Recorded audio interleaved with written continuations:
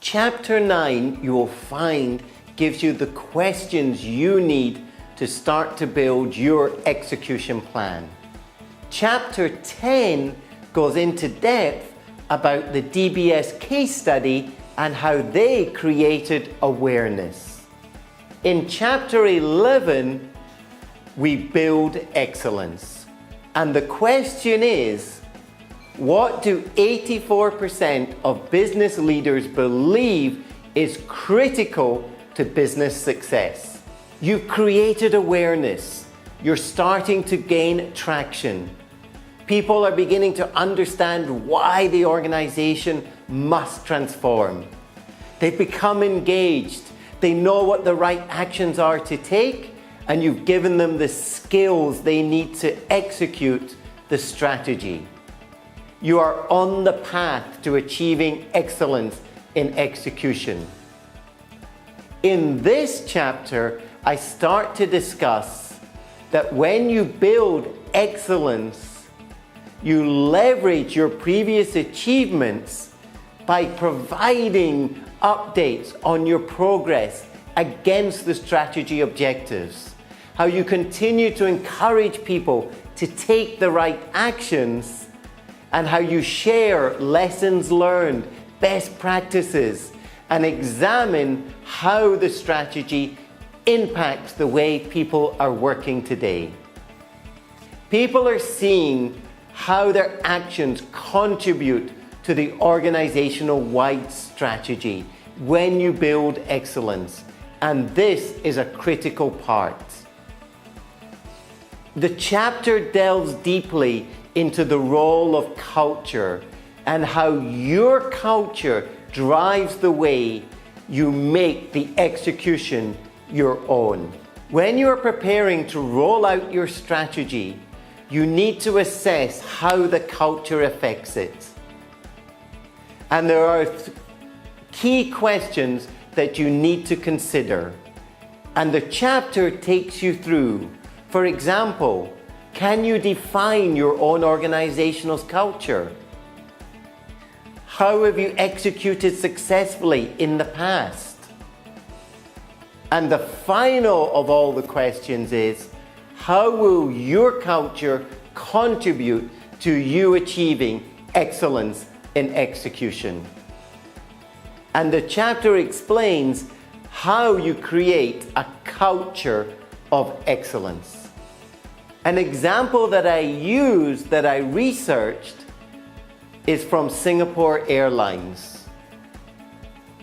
And when I was able to meet with them, I identified that there were 5 building blocks that they did that allowed them to be one of the best performing airlines in the world, which I share with you. To make it your own, you really have to understand the impact of the culture. And in the chapter, I talk about the relationship between your execution and your culture and what it really takes. When you achieve this, you're well on your way to achieving excellence in execution. The challenge is that every organization has a different culture. Therefore, their implementation journey is unique. One of the examples I share comes from Amazon and how they are successfully entering into the Indian market by making their execution their own. Also in this chapter, I talk about the importance of the language effect and how making culture your own, you use unique language. I also talk about how today strategy now eats culture for dinner. And the other term I introduce is how you must abandon yesterday.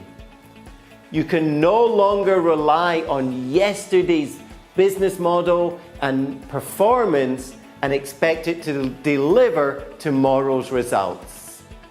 And I give you 2 examples from Britannica and Toys R Us.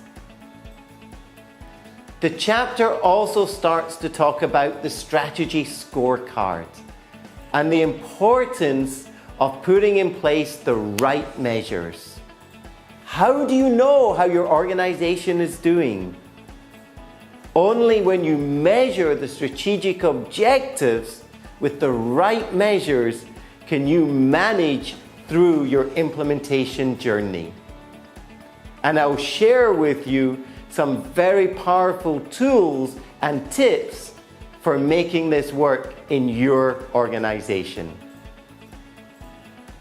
I'll also explain how you take your vision and translate it into your strategy and then into your strategy objectives, how every objective must have a measure, and then how your measures drive the right actions that delivers your organizational performance. Towards the end of the chapter, we start to look at the importance of synergizing the work to the strategy, making sure what people are doing every day is enabling them and allowing the organization to successfully execute. I'll talk about putting in place the right goals and achieving success through the synergy of the work. When you don't synergize your current way of working, your execution can quickly turn from a dream to a nightmare. And the final part of the chapter, I introduce a term called the to-stop list and how you have to consider eliminating some of your current business. And the last thing you need to do in this part of the chapter is check for unexpected outcomes. Because remember, implementation never goes according to plan.